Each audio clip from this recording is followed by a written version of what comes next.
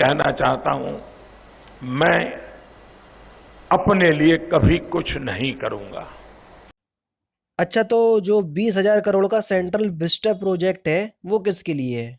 वो आपके लिए नहीं है तो क्या युवाओं के लिए है या हम जैसे बेरोजगार लोगों के लिए है? तो मुझे आप ये जरूर बता दीजिएगा, ठीक है?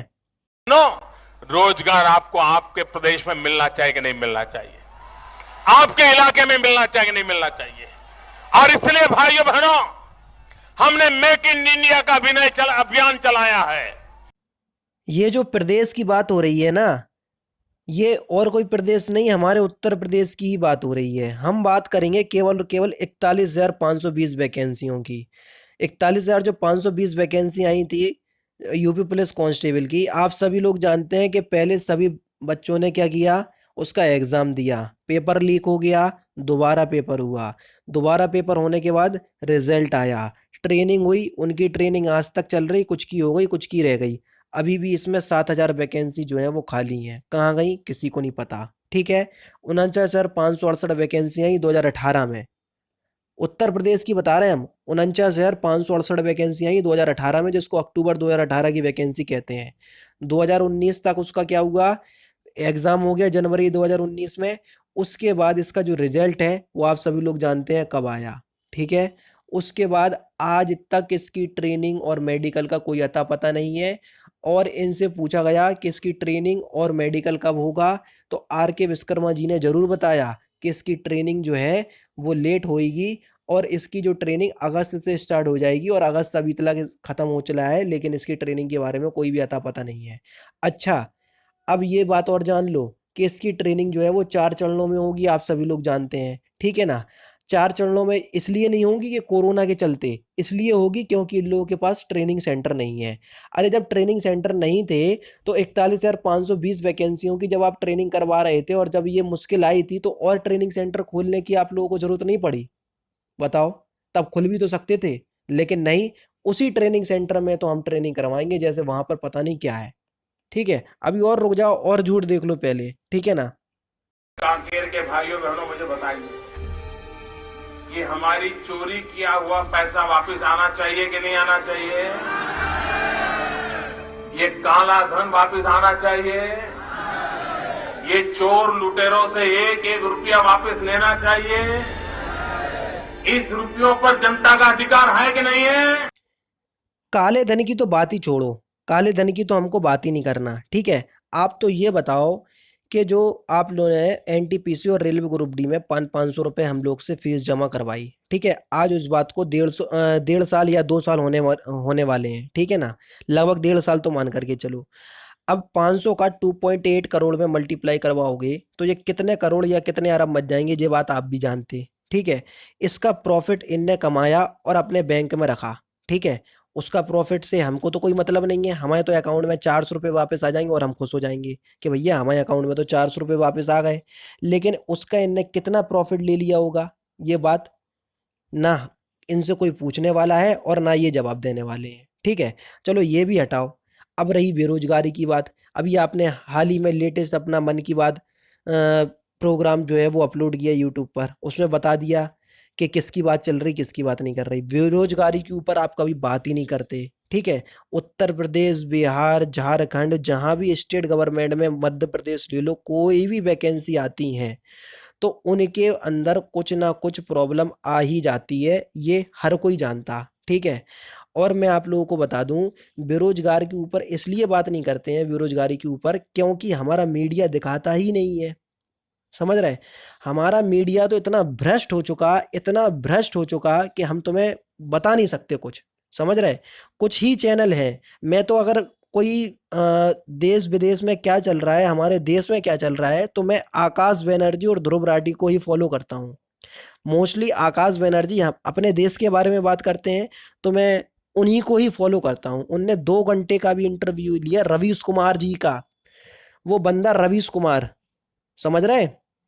वो बंदा रो रहा था, आंसुओं से नहीं रो रहा था। उस 2 घंटे के अंदर उसने इतनी ज़्यादा बातें बताई जो हम और आपको कभी पता ही नहीं होंगी। आप देखना, आकाश बनर्जी के चैनल पर जा करके डाला, 2 घंटे का इंटरव्यू है, 2 घंटे निकाल करके देखना। इतनी इम्पोर्टेंट इम्पोर्टेंट बात की उसने कि मैं कुछ बता नहीं सकता, ठीक है ना।